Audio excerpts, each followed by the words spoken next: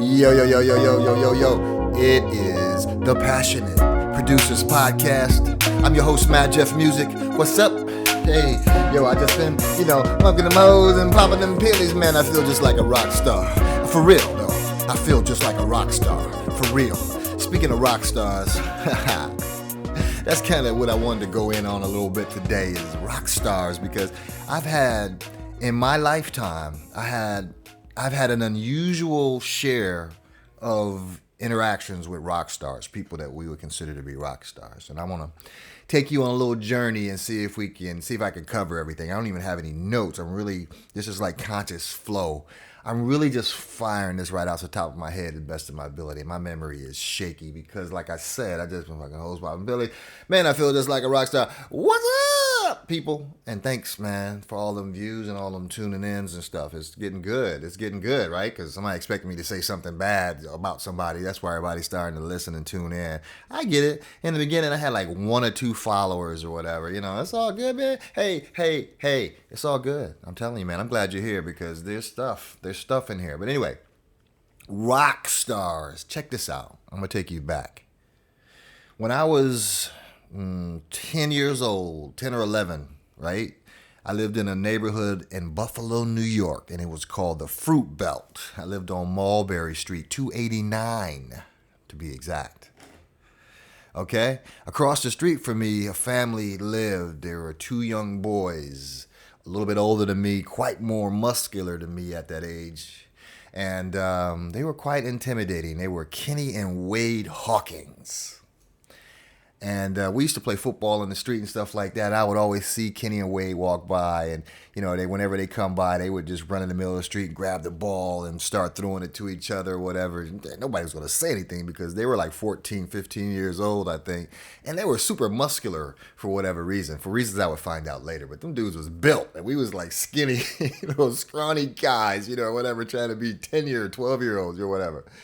And so there's Kenny and Wade Hawkins. So they took a liking to me, whatever. Eventually, they thought I was pretty cool, and at one point in time after walking home from school, they invited me over to their house. They were like, come over to our house. And I was like, oh, snap. All right. Okay. I lived directly across the street from Kenny and Wade. So anyway, I went over to their house. When I got there, they took me to the back room, and they had, their mom had taken like their whole back half of the house and turned it into like a playroom, rec room for these guys.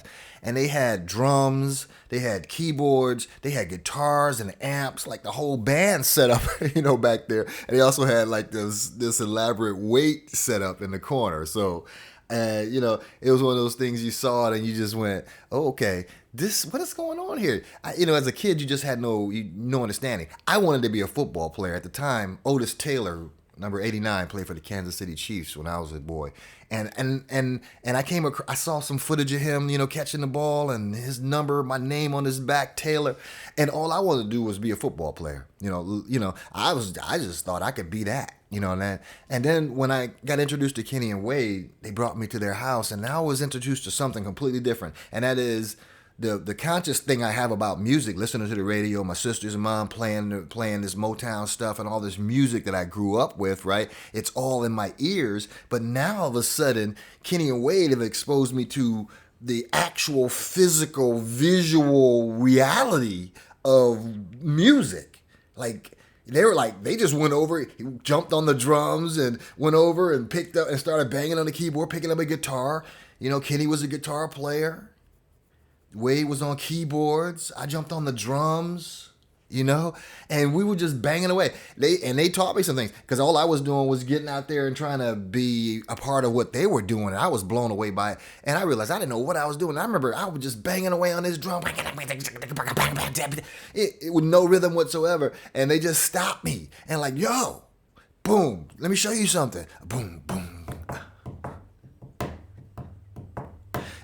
And boom, rhythm was born in my mind. All of a sudden, I'm being taught instantaneously about rhythm and how that applies to music and how these instruments capture all those sounds you've been hearing.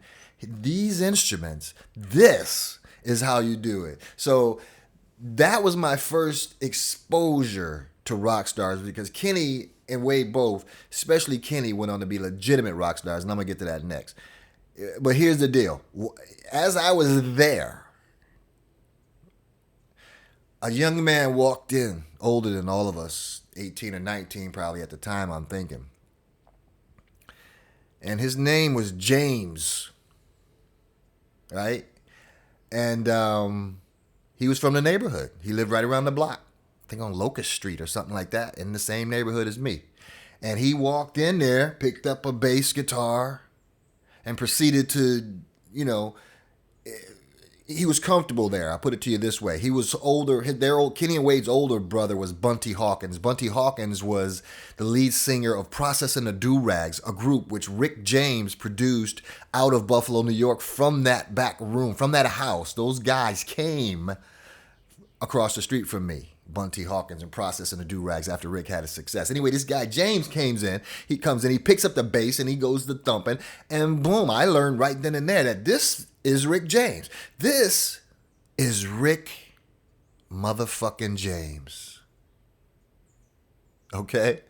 So now, this was a summer you don't forget, because this was a summer in which I learned that music instruments are a legit thing, right? And then I learned that there was genius in this ghetto we call the Fruit Belt. There was something else going on here that the other 12 guys I left out there playing football on the street, they didn't know about this. I was all of a sudden a part of a special club. I was getting guitar lessons from Rick James. Boom. Next thing you know, he's Rick James to the world. We watched this man come up from nothing because he had a desire and a passion to be a rock star and a flair for it, that he did it, and he did it right before all of our eyes. So Kenny and Wade exposed me to that. Kenny later joined Rick's, the Stone City Band. I have a tattoo of the Stone City Band because you know what? Later on, some years later, when Rick really became really big, it was the summer, I believe, of 1980. I was going to the Air Force. I had grouped up with a bunch of guys, and I had decided I was going to go to the Air Force to better my life. And then coincidentally, Rick came back to Buffalo and started rehearsing and preparing for his You and I tour, the Mary Jane tour. That was going to be, the opening date was at War Memorial Stadium right there in my hood, where we used to hop the fence and go watch O.J. Simpson play football. Parking cars for free on land that wasn't ours, charging $3. So check it out. Rick James, my neighbor, my brother, rest in peace. Kenny Wade are over in Buffalo. You can find them. They can verify this. Bunty and all those guys, they're still here. This is legit stuff, bro. This is my legacy. This is where I come from. My association with Rockstars and having run into a few of them. Another rock star I met was Steven Tyler and Joe Perry, because I did a secret session with Jam and Lewis once on a weekend when nobody was there but me, Jimmy Terry, Steven Tyler, and Joe Perry. And it was a meeting of the minds. We were all getting together. I was going to be, I think Steve Hodge might have been there too, in engineer in the session, because I was set there. I had an MPC and I had a computer. What I had done is I had gone through, once I knew this session was happening, I was going to be a part of it. It was going to be a writing session between those rock stars and, the Jam and Lewis rock stars, us. And I went out and sampled every one of their records, man. I got their drum beats. I got every one of their loops, and I put them all into the MPC. So when they got there and they set up a keyboard, Steven was on the keyboard. Joe Perry had his guitar. Jam was on the keyboard, and Terry was over on bass. And I was there with the drums, the MPC or whatever, with all their rock junk in there, all them kits, all them boom boom baps or whatever. You know what I'm saying? Big Thunderous cave drums, whatever it was that there was. If it was on their record, any of their records in their past, I sampled it. I had it there ready to play. So boom, I hit the button on the first time I started trying to put together a beat to give these guys something to go with, right? Boom, pow, a boom, boom, pow. And boom, Rockstar Steve looks at me and goes, "Man, what on earth?" Hey, Tim and Joe look at each other, they start to smile, and they realize I had all their drum sounds, right? And it was great. It was an incredible writing session. There are pictures that exist. I wish I could put that up there. Boom, just ask for it. I'll tweet it. There's pictures, of this session and everything. A remarkable interaction with rock stars, and that is Steven Tyler, Joe Perry from Aerosmith, and Jam and Lewis, of course, who are the ultimate R&B rock stars, in my opinion. Let's see, who else? Then there was, what was his name? What was the guy's name from the System? Mick Murphy, right? Mick Murphy from the System, when they were really, really, really, really, really huge, right? I was driving a cab in New York City, under Mayor Koch. He signed it. He signed my certificate. He gave me a license to drive the cab in New York City, which I did in the evenings. I absolutely hated it, but it freed me up to make music, and make some money in the process because I was getting sweated. I was getting sweated heavily by the women in my life.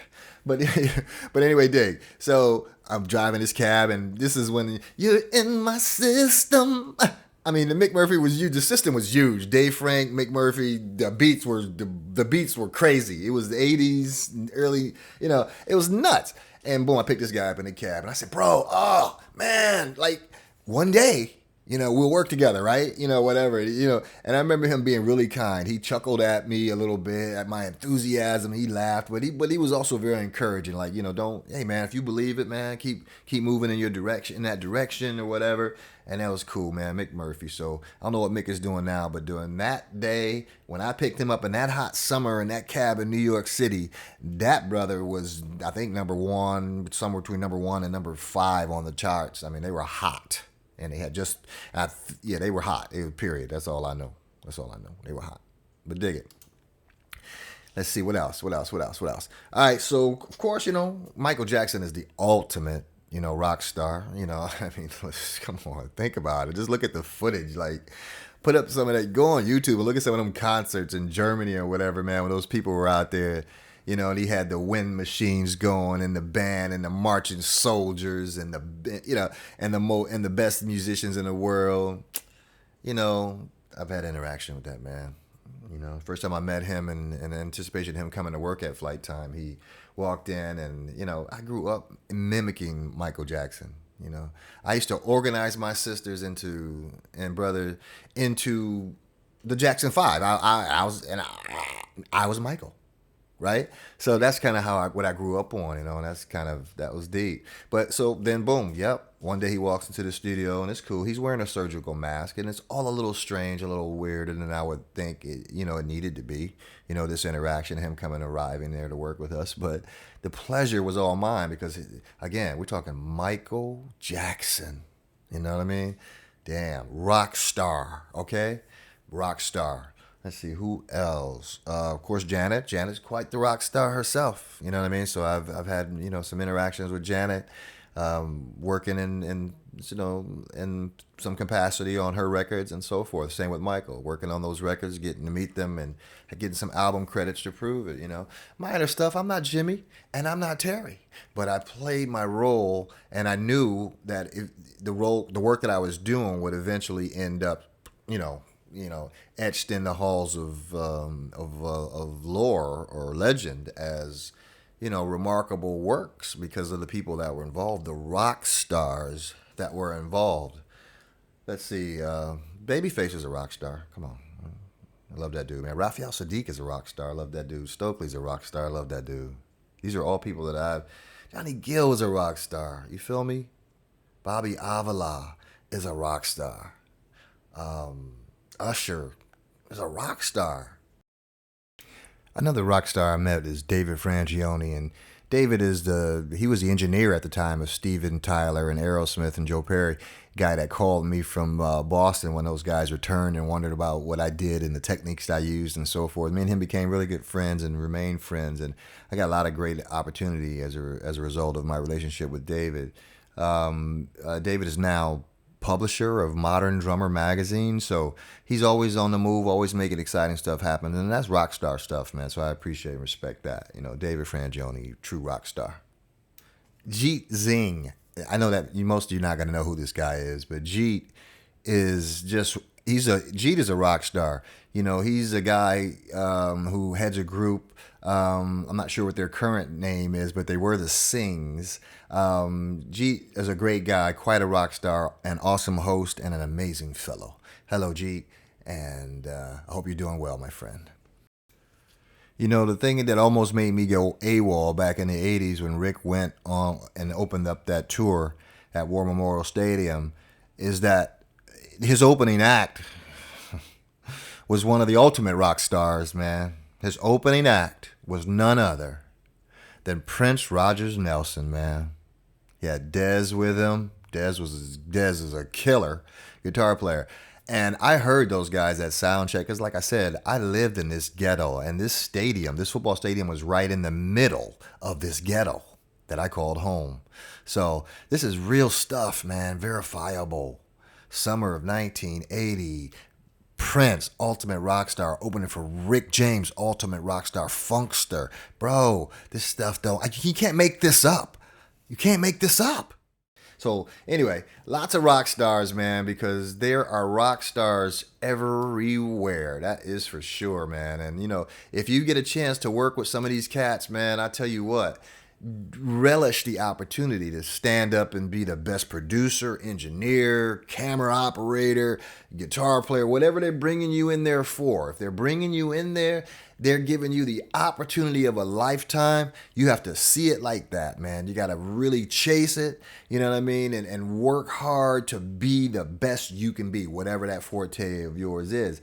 And I'm not saying you got to do anything out of your character, sell your soul, or do anything that will cause you grief, pain, or harm. I'm saying you just got to believe that you're in the right place. You got to be passionate about what you're doing. And that's just coming from me. I'm just telling you from experience, baby. This is experience speaking to you. I'm trying to help you get to rock star status, baby. Thank you so much for tuning in to this third and exciting episode of the Passionate Producers Podcast. I'm your host, Madjef Music, and until next time, yo, you can pick my brain then. I'ma holla. Bye.